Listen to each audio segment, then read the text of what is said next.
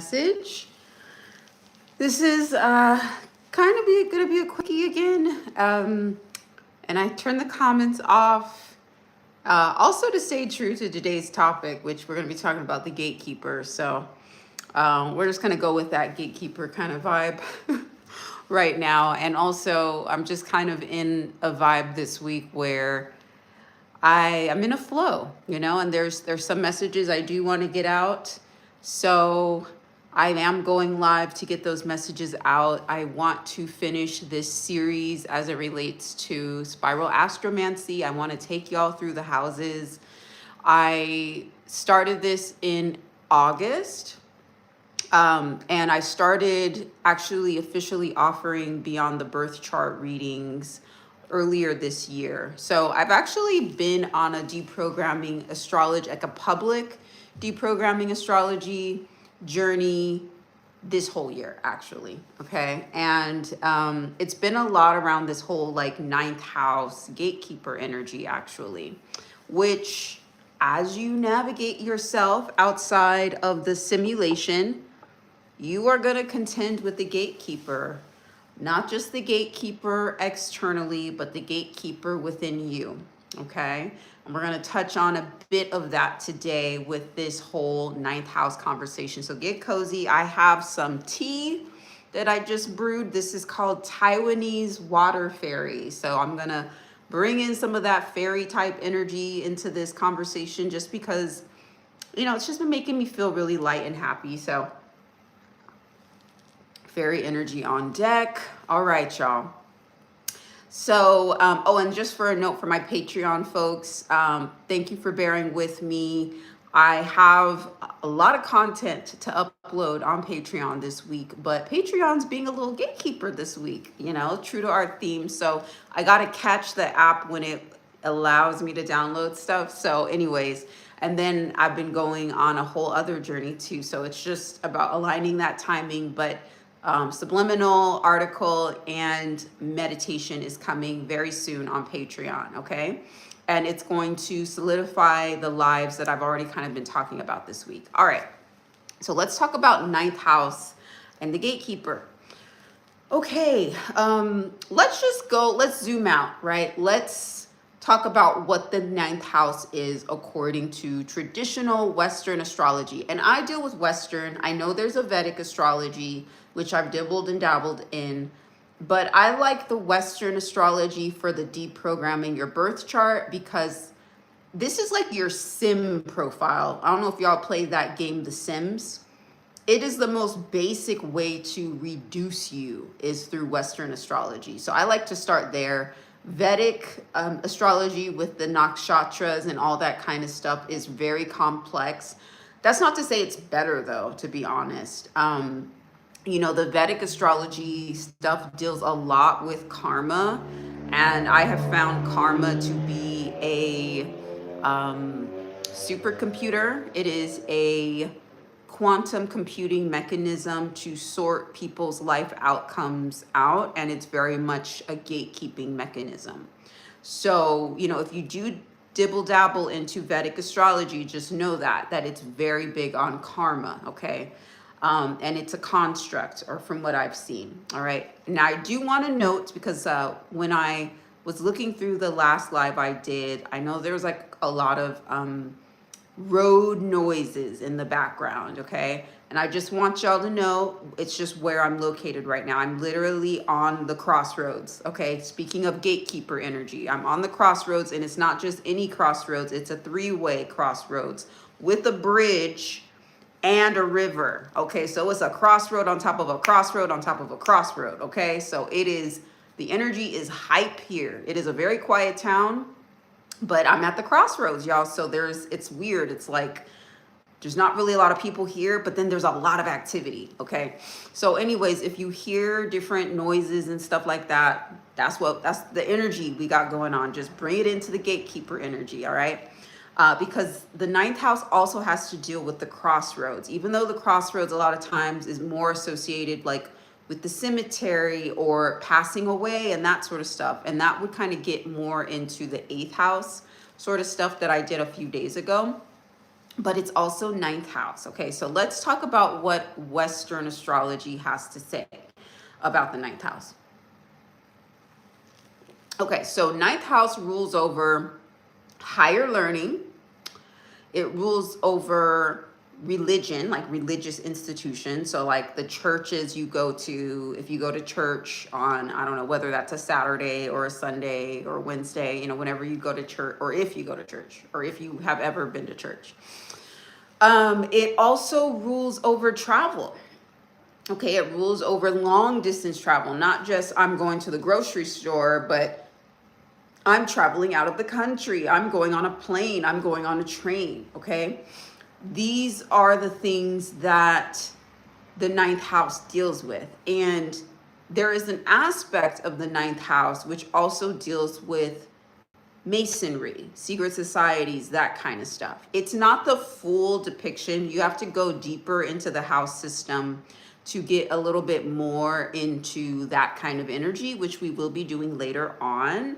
But it is the gateway. I'll say that. The ninth house, a lot of times, is a gateway into, or the crossroads into like the secret societies and all that kind of, or masonry in particular, okay? The structure of things. And so all of the things I just mentioned, higher learning, religious institutions, masonry, long distance travel, all of those things I mentioned, you need a gatekeeper, all right?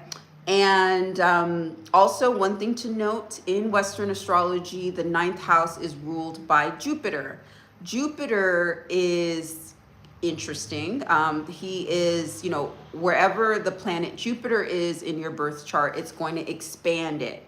Now, in traditional Western astrology, what they'll say about Jupiter is that it's a benefic planet, that it's good. You know, you want lots of Jupiterian energy in your world, in your birth chart.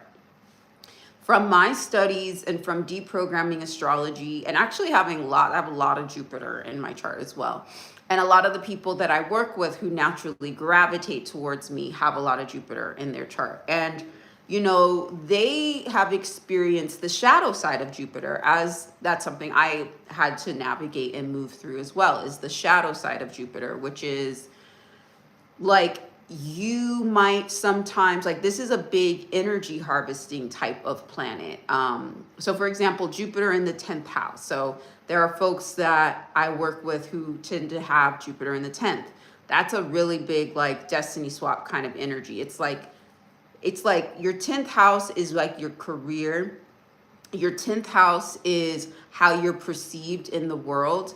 And you having a big benefic, quote unquote, planet there is kind of like a look at me, take me energy. Like, I'm shiny, like, come to me, gravitate towards me, harvest off of me.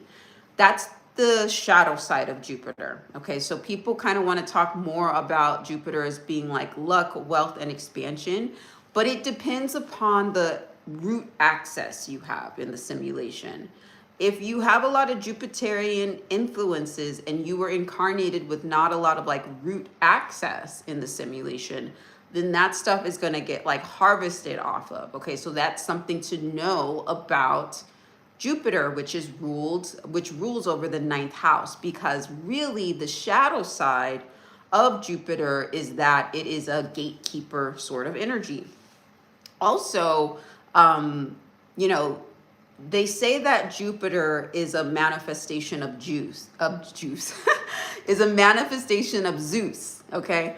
But if you kind of look a little bit deeper, it's also a manifestation of Jesus, all right? Even if you take Jupiter and Zeus, if you put these words together, what do you get? Jesus, all right? It's a Jesus, okay?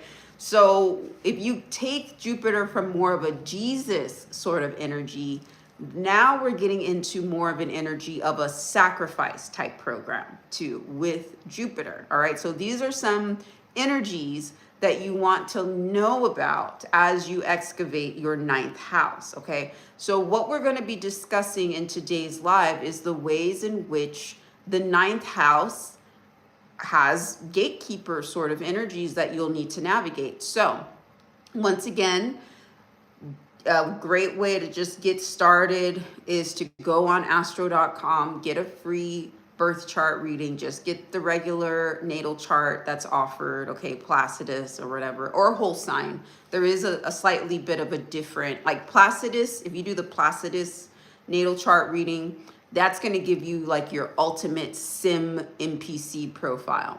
If you do whole sign, you'll get a little bit more of the like, okay, I've already integrated some of the trauma and the shadow, and this is what's happening. Okay, so that's one thing I will note. There's like a little bit more of an evolution or a wholeness, even if you look at the whole sign astrology as opposed to like the Placidus. Okay.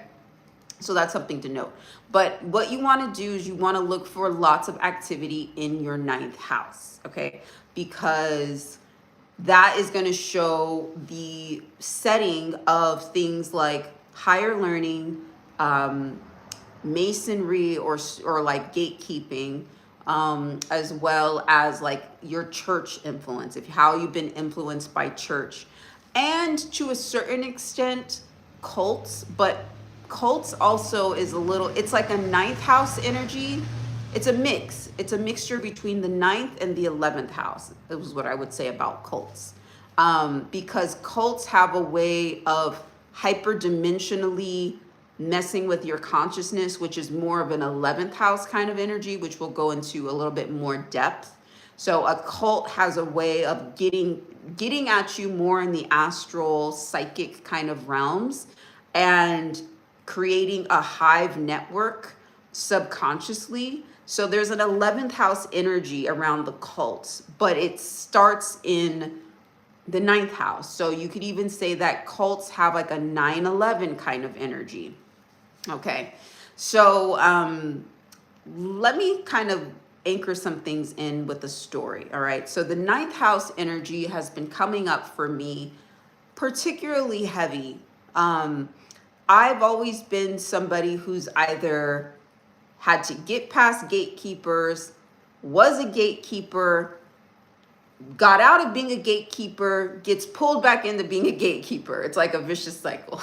All right. So I've seen gatekeeping in different sort of scenarios. All right. And I'll give you an example of how that's worked out with me. So a few years ago, I used to be a college professor. That's a very gatekeeper sort of profession to have.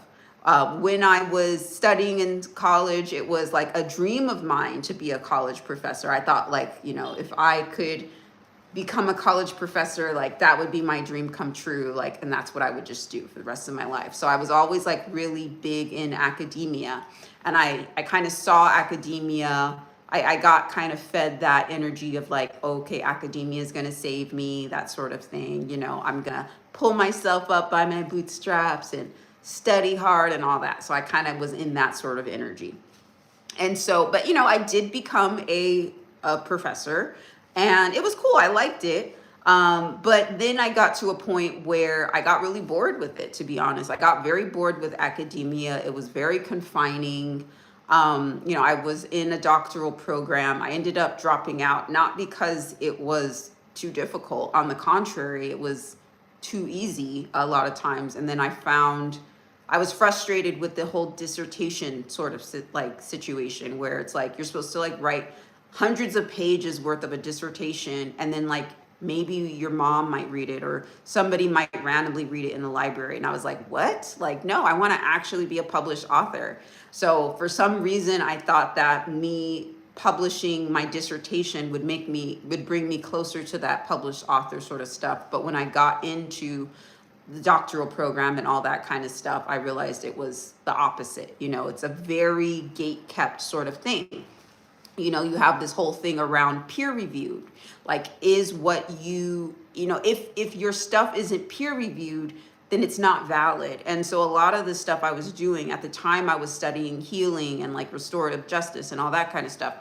And I was trying, and also I was like getting into kind of the esoteric realms. It was before like I had a consciousness shift, but I was going in that direction. But I was trying to find ways to merge the hyperdimensional realms in academia. and I was having a difficult time doing it because stuff wasn't peer reviewed. Okay. But, one thing that I was happy is shift the minds of the students. I loved working with the students. It was really cool to be able to offer a different sort of learning experience. My classes were very different. But, I got to a point where I just got bored with it. I didn't want to do it anymore. And I then I went into kind of more of a corporate environment, and then I transitioned out of that because I didn't want to do that anymore, all that sort of stuff. Okay. But here's the thing about being a college professor. And I didn't really realize this at the time, but once you stop being a college professor, you actually don't ever stop being a college professor, because you're always going to have a former student come along and email you and ask you for a recommendation. They'll be applying for a master's program or a doctoral program, right? And they need your recommendation. You need a certain amount of recommendations to get into certain academic programs of higher learning. This is the gatekeeper realm. Okay. So even though I don't get paid by the university that I used to teach at, I don't do anything academic in that particular way anymore. I've gone totally fringe. There is still something that's coded in me in the simulation as being a gatekeeper, and I'll be reminded of it when I get these emails from former students. And the last time I wrote a letter of recommendation, I don't know, I felt weird about it. Like, this was before I was like really getting into the energy of gatekeeping. But something fell off to me. I'm like, I don't know, this doesn't feel authentic. Like, I want to help this former student out. She was a good student, all that sort of stuff. But it just felt like there was a dissonance there, And so after that, I was like, oh my gosh, the next time somebody sends me a request for a letter of recommendation, I'm going to ignore it, or I'm going to decline it, because I don't want to be a part of that avatar anymore. My avatar is no longer college professor, and I don't want to be coded as that. So I'm just going to, phase out of my email with those things, and hopefully nobody finds me. Well, just so happens that a former student contacted me, and this is an email I usually don't check, but lo and behold, found this email, writes me this like heartfelt message about how she didn't connect really with any other professors in college, but now she's applying for her master's degree, and I was the first person that came to mind because of this and that, and I really saw her and all this stuff, and I was like, man. But I'm like, I'm not the avatar anymore. I'm not going to do this. That was like what I was saying at first, because I'm like, I don't want to do something out of obligation, but then there was this guilt, because I'm like, what? But then there's access that she wants, and I could give her that access, and if I don't, then I'm denying her access. So I was kind of wrestling with this, so I put it on the shelf for a bit. I was like, you know what? I'll figure out what to do. I'm probably not going to do it. But I was already, and also side note, the simulation works in interesting ways. So right when she sent me that email, I got literally at the same time, this is how stuff is like simulated, y'all. I got an email from an old interface I used at that particular university when I was working there at the same time. So there was a code that went out, like a weird gatekeeper code that went out that was like, hey, remember that time when you were a college professor and you were wearing that avatar? Here it is again. Like, literally, I got this email from an interface I haven't used for years, and then they asked me, to re-up on a special discount, and this college student emailed me at the same time. So then I was like, all right, there's an interesting algorithm happening here. So I'm pretty sure that's probably happened to y'all too, where it's like, okay, this person emailed me right at the same time this other person emailed me. So there's something in the code of the simulation that wants me to respond in a particular way. Okay. So that's why I was like, this is the setup. I don't think I'm going to do it.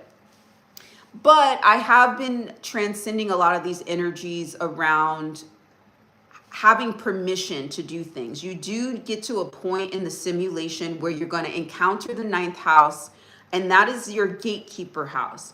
You're going to have people who are ninth house dominant who come into your energy, who are gatekeepers, and they are going to subliminally say access denied or access granted. Okay, and this is all subliminal. So a lot of times they don't even know that they are holding this code. Okay, and we all kind of hold these codes in different ways. So that was something else I was kind of dealing with, and that's something that I've been transcending. Something I've been sharing with folks is how I don't believe in soul contracts anymore because, well, number one, the soul itself is an architecture.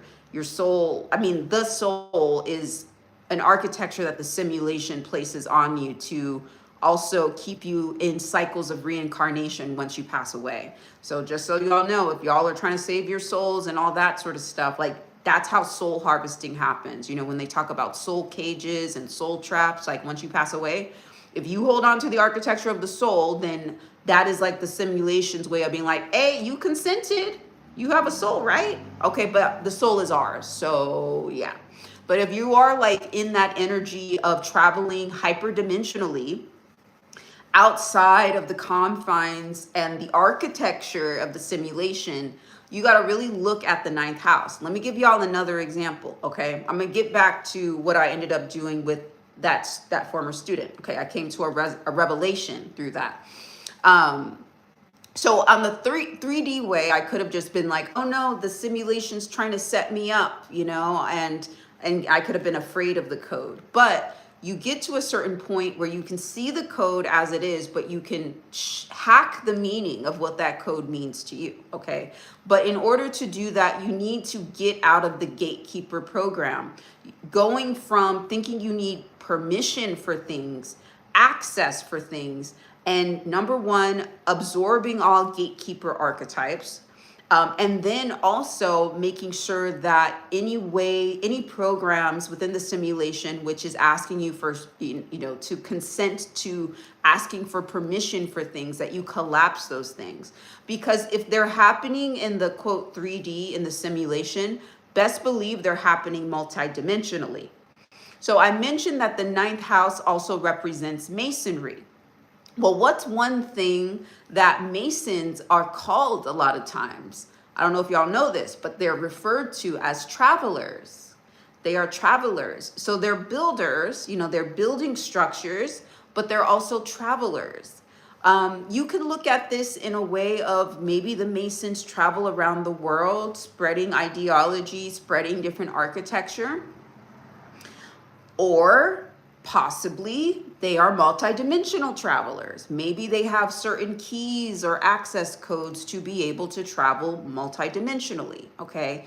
We have our physical body, which is programmed to keep us in very limited root permissions, limited access. But if you want to ignite your hyperdimensional body, your multidimensional body, you're going to have to hack your way into that a lot of times, unless you already had those root user accesses within this incarnation. That's when things get a little funny, and that's when you start getting a lot of ninth house gatekeeper energy. If you're somebody who's working towards that, that's going to be something you constantly deal with. Now, you could see it as karmic interference, which sometimes it can feel that way. It's like, dang, why do I have all this hater energy? Why won't somebody give me a break? I know I'm good. I know I'm excellent at what I do. Why does it feel like I always have to fight for it? That's one way of looking at the gatekeeper. Another way is looking at it from more of what I call a spiral vampirism approach. And you know what? Become the gatekeeper then, consciously become the gatekeeper, absorb the gatekeeper archetype. If you wear the deific mask of the gatekeeper and become this energy, whenever a gatekeeper energy comes into your world, you'll be able to recognize it and it won't impact you, okay? It won't even be, there won't be weird karmic interferences or glitches or all that kind of stuff, because you already see the code for what it is. And instead of seeing yourself as opposing anything, you just become that energy and absorb it, and you get a lot further when you do that, okay? But Masons are known as travelers. So one thing to think about is, are they just talking about traveling the world? Do Masons just like to travel the world, or do they travel multidimensionally? So that's one thing to consider. The next thing, another part of the another thing that's ruled by the ninth house is long distance travel. Long distance travel. Well, what happens, right, when you travel long distance, when you leave the country? What do you need to show? You need to go to a gatekeeper, okay? You need to go to a gatekeeper. You need to show your passport. You sometimes need to have a visa. They need to stamp you. They sometimes ask you questions. They got to take a picture. All of that is gatekeeper. If you even have to cross the street sometimes when you're in an institution of learning, like a school, what do they have? A crossing guard, okay? That's another gatekeeper. So there are all these different ways. When you're on the freeway and you are entering another jurisdiction, what happens? You go through what? A toll booth, gatekeeper. They're showing you time and time again in the simulation. And don't be fooled. It's not always, to be a gatekeeper doesn't necessarily mean you need to have all this money. It's not always like that. Like that's the game board of the simulation, to think that people who have power are only the ones who have money. There's a deeper level, there's a deeper code within it. You could be somebody's quote boss in the simulation, but there could be your employee could be your gatekeeper. It goes deep, y'all. It goes deep. I don't know if y'all ready for that. Okay. So anyways, let me reel it back in. So I talked about higher learning. I'm gonna go back to that. I talked travel. Okay. What's another one? Religion, religious institutions. When you go to church, you're not just going to a temple, right? You're not just going to a holy house and praying to God and that's it. No, you go through a gatekeeper or an intermediary when you're at church. That's the priest, that's the reverend, that's the deacon, whatever. There's hella gatekeepers in the church, okay? You got to pay a toll when you go to church. That's your tithe, okay? This is all gatekeeper mechanisms, okay? And something deeper is happening as it relates to this. It's showing you what kind of quote access or quote root permissions that you have within the simulation. So if you are somebody who is cultivating your multidimensional vehicle or your multidimensional hardware, and it's like, I know it sounds really weird and like, what do they call it? Transhumanist, for me to be like, to refer to the body as a machine, but it is. And here's the thing, y'all, we don't all have the same, what is it called? We don't all have the same hardware. We don't have the same parts. So like, let's just break it down with cars, right? Let's say you have like a Ferrari, and I don't know much about cars, so I'm just roll with me. Okay. You have a Ferrari that's like decked out with like the big engine that goes and it can like go 200 miles, right? And all that sort of stuff. And then you have the Volkswagen Beetle from the 1960s. It's cute and all, and it'll get you from A to B, but there's certain access that this Ferrari's gonna get you as opposed to this VW Beetle. Now, taking it to another level, some people don't got the car. They got to take the bus or what have you, hitchhike, walk or whatever. This is a way of, let's take this to the energetic body. That's what's happening hyperdimensionally within the energetic body. We don't all have the same parts. We think we do, supposedly, because we've been programmed that way, right? Of like, we're all created equal. Like, just because we have different skin color or are born in different parts of the world, it doesn't mean we're not equal. That's all programming, y'all. That is a huge part of the simulation. There are root users in the simulation that are working with more. But you feel small, you feel inadequate because you're just looking at things from a third dimensional standpoint, but you don't know all the machinery they're working with. This is ninth house sort of energy. Where are you going? Are you traveling long distance? Do you have the paperwork? Do you have the access to travel long distance? And this is when we get into hyperdimensional realms, quantum realms. You hear a lot about these gurus talking about quantum this, quantum that. What do they talk about? Quantum tunneling, all that sort of stuff. Not everybody can quantum tunnel like that. And it's not because you're not thinking positively enough. It's because you don't have that hardware to do quantum tunneling, period, end of story. And it's not because you're not smart enough, you just don't have the information. This is the ninth house, okay? So anyways, I was going back to this whole story with the whole like former avatar of being a professor, and like kind of wanting to put that avatar to bed, but then I always get these gatekeeper energies going around, and I'm just like, okay, this girl who's nice, because then I started remembering her face and I remembered her energy. I'm like, I did like her. She was cool. I had to think about it for a bit. It was years ago, y'all. And so I saw her face, I saw her energy, and I was just like, I want to make sure if she wants this, I don't really subscribe to higher education like that anymore. I think it does more harm than good, actually. I had to deprogram a lot from higher education.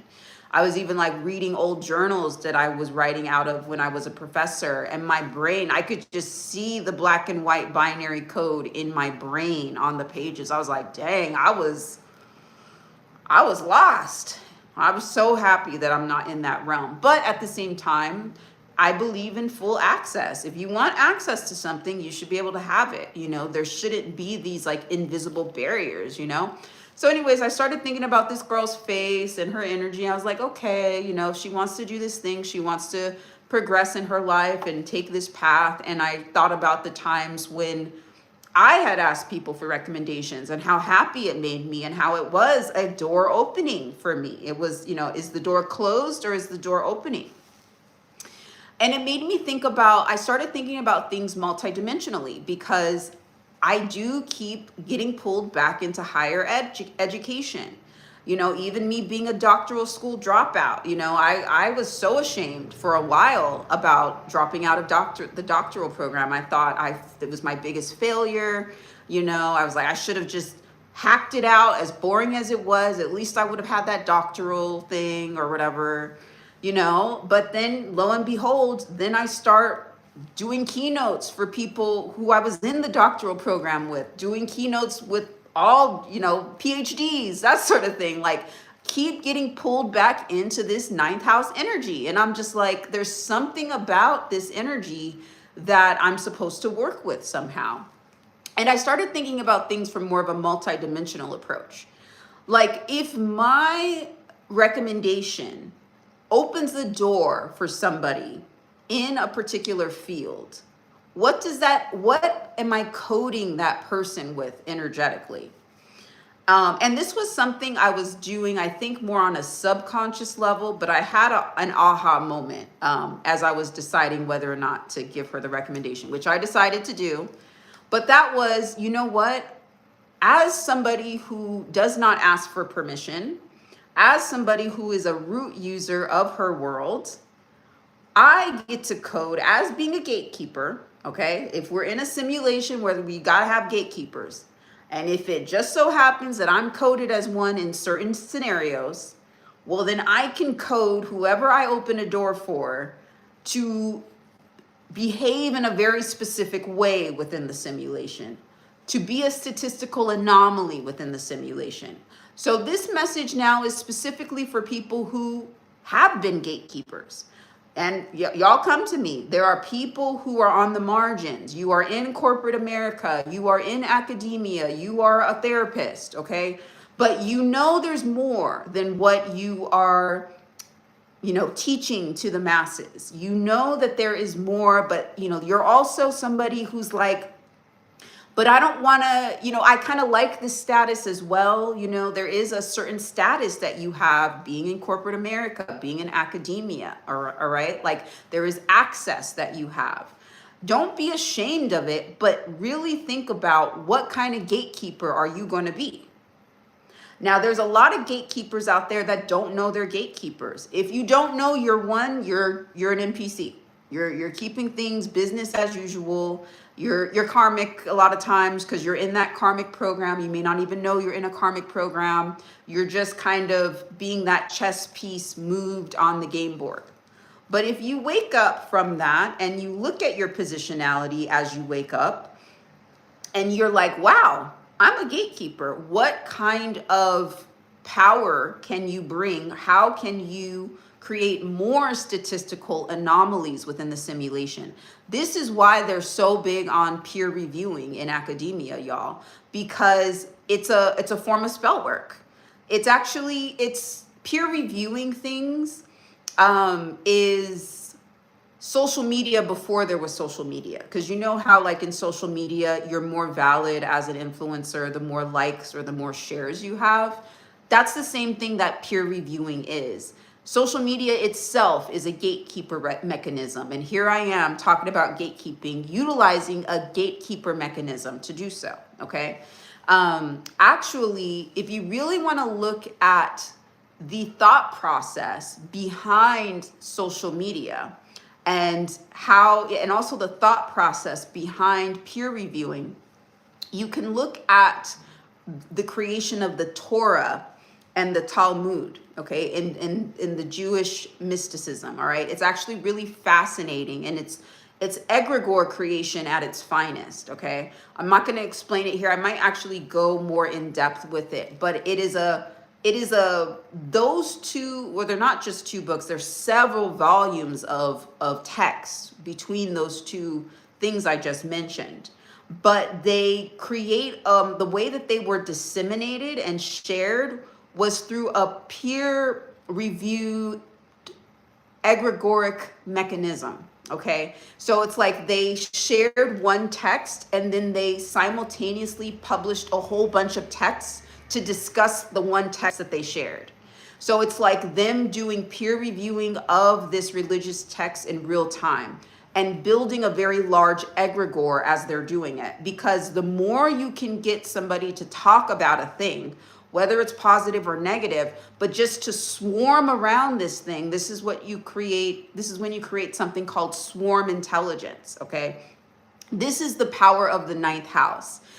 This is that 9/11 energy, because what I just described with the egregores, that could be 11th house too, but it starts in the ninth house. It starts in more of the gatekeeper realms. And then once it passes through those gates, it goes into the collective unconscious, but it has to go through the gates of the ninth house to get there. Okay.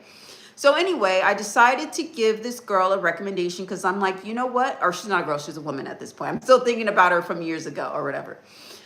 Because I'm like, you know what? I'm coding her to be a statistical anomaly. I'm coding her with my energetic signature to go off and do what she do. Okay. If y'all want me to be a gatekeeper, I'll be a gatekeeper then. Fine. I'll open the gates. I will do it. Sure. But I'm going to do it my way. Okay. So that is the energy of the ninth house. And until you master this energy, and number one, stop seeing the gatekeeper as an energy that's to be opposed or that's opposing you. And then once you start understanding how gatekeeping works within the simulation, okay, and absorbing that archetype, learn about the gatekeeper energies. I'm going to go into more depth with this with an archetype thing I'm going to do, but I'm just going to quickly share if y'all want a god archetype to start researching this gatekeeper energy, because you do have to embody it. You have to embody this energy, and it's multifaceted. You think it's one thing, but it's another thing. I'm gonna give y'all two energies to work with. Number one is an energy called Janus, Janus, and also there's some root connections with Janus and January. But he is a many-faced god. He's a god of many faces. So this is what a lot of times the gatekeeper will be. The gatekeeper will never have one face. You think that you're looking at one thing, but then there's another thing and there's another thing. And what that's showing you is that there is information that is secret and encrypted. You get to a god of many faces, and what it is showing you is that you won't actually know the full meaning of this until you're on the other side of this, or until you're me, until you embody this archetype. So Janus is a lot of times found, that energy is found at different doorways and that sort of stuff. Of course, you got your Papa leg buzz, okay? A little bit more of the trickster stuff. That's more crossroads energies. If you think about that old school Jay-Z song, what's it called? I got the keys. That's a whole Papa Legba song right there. Um, Another energy to look into is if you have learned a little bit about, which actually I should bring this up too. Okay, ninth house, I've already talked about the church or different religious institutions. I've talked about institutions of higher learning. What else have I talked about? I talked about long distance travel. All of this needs a gatekeeper. But then you have the back end dark side. There's a dark side to nine too. This is when you get into tunnels. You start getting into the tunnel system of things. They call it Typhon, the tunnels of Set.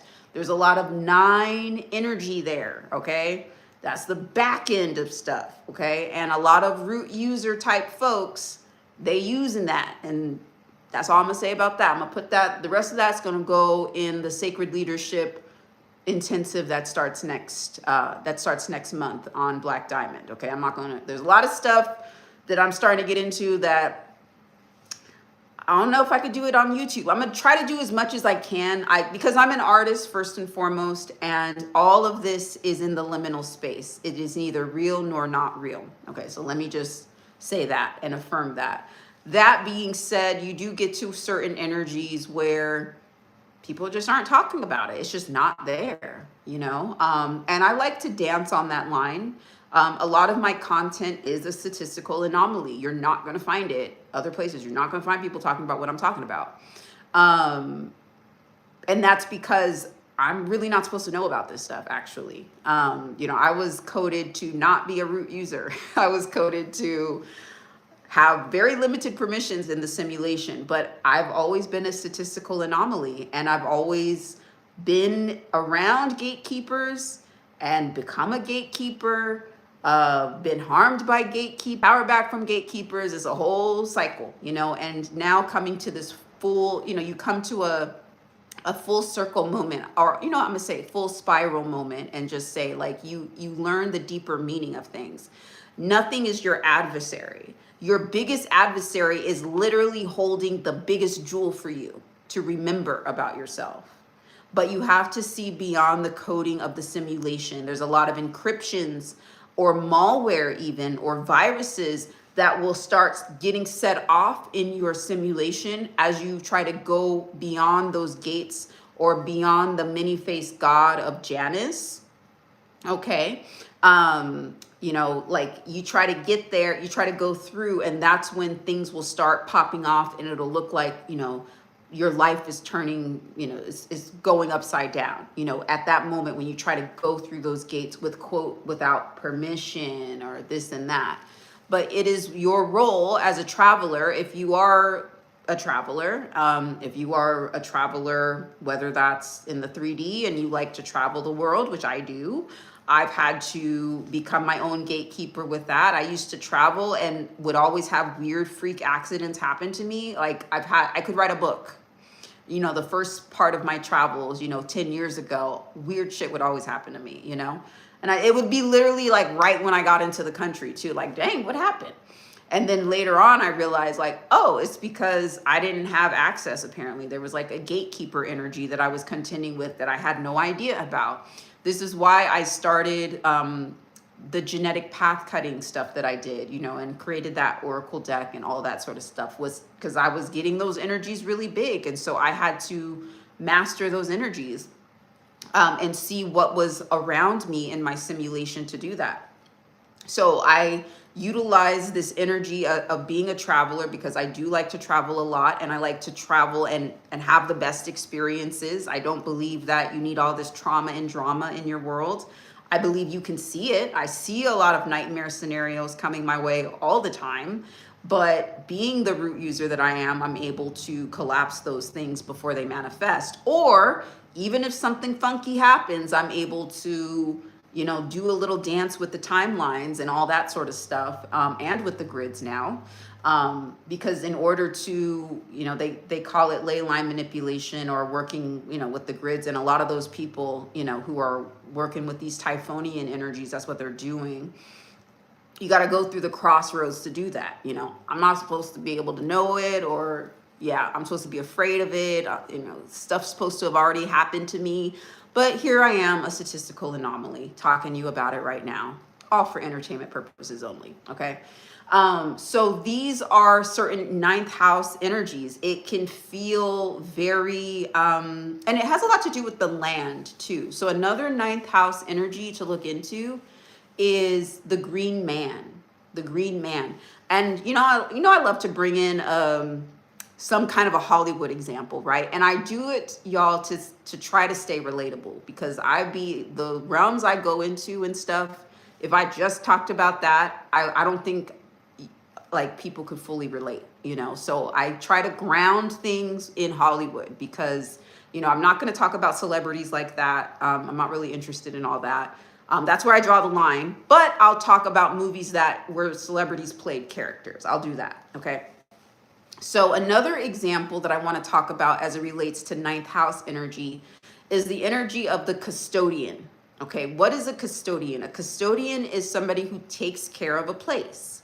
They take care of land, they take care of a building. What do custodians have? They have lots and lots of keys, okay? So I'm gonna give you a Hollywood example if you wanna get more into the gatekeeper energy and how strong this gatekeeper energy is with keeping up the simulation. You can look into a show on HBO called True Detective. This is True Detective season 2. If y'all have seen that season, y'all know how good that one is. It's with Matthew McConaughey and what's the other guy's name? I forgot the other guy's name. Woody Harrelson. So that's True Detective 2. And in this, it's actually it's a semi-true story based upon a very, very ninth house energies. It's based upon a like a school network in the South, in the boonies of the southern United States. It's a church school network that was in charge of these weird child trafficking energies. Okay. And a lot of this stuff was being initiated through one of the school custodians, who was a mentally challenged person. And so nobody suspected him, but he was a gatekeeper of like the whole shebang. There were all of these like wealthy, powerful people at play, and people were kind of trying to look at them first. But here was this gatekeeper who was a custodian that people just, and also they were like, oh, he's mentally challenged. So, yeah, he's fine. He's harmless, but in the background, he was orchestrating a lot of these energies. But that is a sign in itself. That's a very ninth house energy. Here we have a very weird, nefarious ring going on with churches and schools. And here at the center of it is a gatekeeper custodian who has lots of keys, who has lots of secrets, who's holding this down. Okay, that's an example of the ninth house energy. So to be a gatekeeper, it doesn't mean you're like wealthy and powerful. That's actually not how the simulation works. You got to look for the unassuming, unsuspecting characters as well. And you might have them in your world and you just might need to know about it. And you'll know because these people show up as like being kind of karmic energies in your world. And you have a weird feeling about them, but you can never pin anything on them. You know what I mean? Like, that's that interesting gatekeeper energy. You can decipher it based upon ninth house placements. Now, if you have a lot of ninth house placements, more likely than not, you're a gatekeeper. So the question becomes, what do you do with this information? Do you just like stay with the status quo of things? You could do that. But status quo's not looking too good for folks right now. I don't know if y'all been noticing. That might not be the way, like we are in this interesting energy of, okay, we're in a simulation game board and there are these weird gatekeeping sort of energies, these border sort of energies that we need to navigate and overcome. But is that the side you want to like be on, or could you play the role of Janus or the many-faced god and be somebody who can embody different archetypes at one, and this is where you kind of have to master the energies of the trickster, You master the energies of Mercury. You have to also master the energies of Pluto, because now we're talking about underworld sort of energies. You have to wear many faces. So I'm gonna bring one more Hollywood example into it. I was gonna save this for another one, so I'll probably bring it back because I love this example so much. And I've been decoding it for so long, but I'm just gonna share it. Okay, Game of Thrones. So one reason why I like to watch these Hollywood shows and stuff is for the writing. I love the writing of things. It's not, the acting is cool, but I appreciate the writing more than anything. The writers are the ones who are initiated into the mysteries. Actors, yeah, they are too. But the writers are kind of the ones that are doing the marionette strings a lot of times. You know, they are they have that gatekeeper energy. You know, the reason why there are so many occult secrets within a lot of these shows and movies is you have to learn them, right? And, you know, an actor can act and all that, but you have to write these things in, okay? So I always like to look at the writing. And so when you have a really big hit movie or hit book series, that is a master magician behind that, straight up. And it's through the writing, okay? And, you know, the person who created the Game of Thrones, I forgot his name, George R.R. Martin, I guess. You know, he was able to not only write the books, but he was also able to be one of the producers of the shows. So he had a very direct hand in making all this stuff happen. And Game of Thrones, I mean, if you want to learn about like the way like initiation happens, the power of the priesthood, watch Game of Thrones, you know. And you know, when I first watched Game of Thrones, I was kind of more, first of all, I loved the wardrobe too. That was always fun to watch. And, you know, the monarchs are the exciting ones, the ones that are fighting over the throne. Those are the really exciting ones to watch. They have the best wardrobes, they have the best scenes, the best lines, and all that kind of stuff.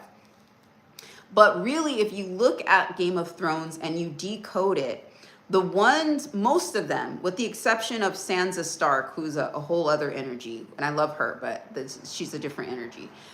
Most of them who were able to either embody the crown or defeat the crown needed to go through the priesthood to do it.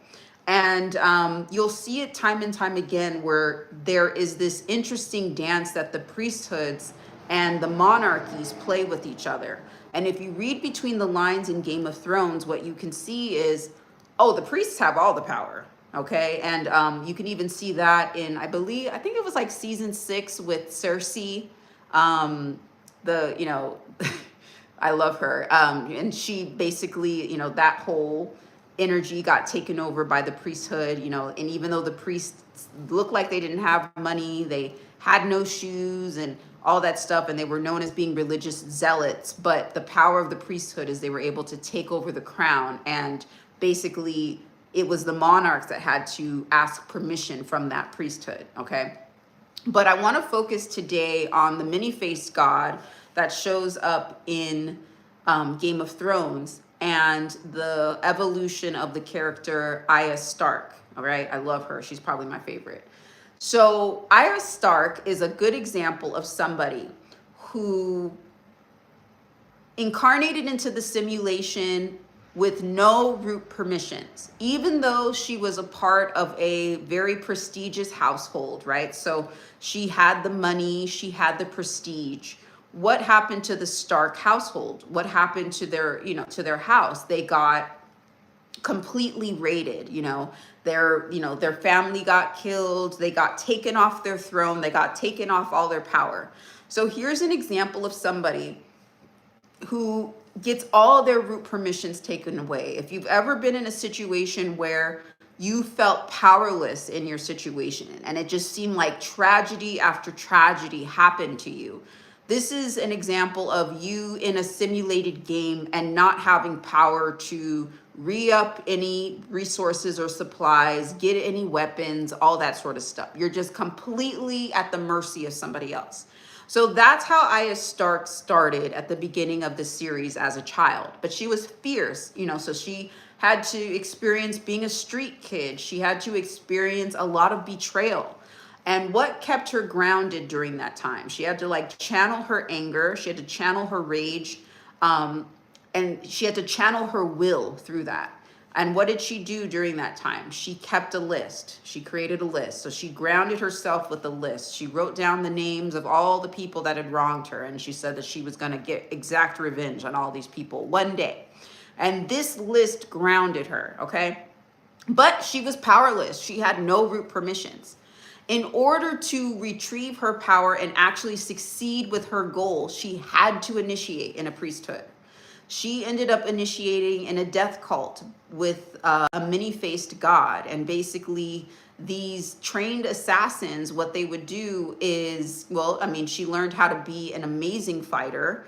What they would do is they would target a certain victim and then take that person's face, and then sometimes they would wear that person's face. And this idea, this very literal concept of wearing the deific mask, okay?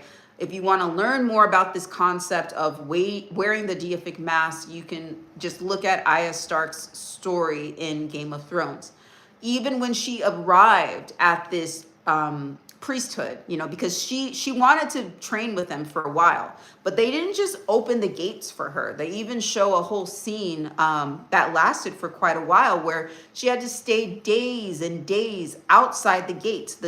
She was at the Gatekeeper. She was at the ninth house, okay, and the doors were closed. You know, somebody would open the door to her, and she'd tell them why she was there, and they would be like, "Oh, yeah, you're not getting in." They would keep the doors closed. So she had to go through lots of rain and sleet and, you know, sleeping on the steps and going hungry before the gates were finally open to her. And even when the gates were open to her, she wasn't treated with respect, okay? She had to sweep the floor. She had all these lessons. She had her vision taken away from her. She got her ass kicked a whole bunch of times. All this stuff happened, okay? She had to train with this very vicious priesthood to get access to these secrets. Now, did she stay with this priesthood? No, because she didn't like the idea of just killing people for no reason. She had a list. She had a list of people she wanted to deal with. She didn't just want to go after randos. You know, she wanted the skills that she needed to accomplish her goal. So she had to go through the priesthood, but she couldn't stay there and accomplish her goal. She had to go through a process of initiation. Okay, she had to go through the ninth house gates, and she had to become the gatekeeper. In order for her to get out of this death cult, she literally had to wear the face of the person who trained her. Okay, because if she didn't, she would have been taken out. But what was Arya Stark able to gain from doing this? Did she want power? No. Did she want wealth? No. She wanted revenge, and she wanted freedom. Okay. And what that led her to is fighting the fight against the White Walkers. Okay. So she had to, you know, there was that season where they all had to fight the zombies. I'm going to decode the zombie archetype more. There's a whole other energy that we need to go into with the zombification of things. So I'll decode the White Walkers later, but she was able to kill the Night King. She was able to take all of the stuff that she had initiated in this priesthood, which wasn't really a great experience for her, but she had to go through the gates and access that information to become her own gatekeeper, to become her own root user, okay? And that meant she had to transcend that same priesthood that initiated her. That was a part of her story, and that was how she was literally able to save the world. And at the end of her, oh, I think my power just went out. That was weird. I don't know, I guess that was funny. As soon as I said become the priesthood, something happened. But we continue. All right. So anyway, her biggest thing that she wanted to do, Arya Stark, even after killing the Night King, is she wanted to travel and explore West. She wanted to go where nobody else had gone before. She wanted to conquer what nobody else was able to conquer before. In order for her to do that, She needed to initiate into certain mysteries, face death, wear the face of death, enter those crossroads, kill the Night King, kill the King of Death, in order to have the sort of freedom that she sought, to be a full root user of her world and travel wherever she pleased. She was a traveler. At the end, she ended up being a traveler. She had to go through the gates, though. Okay.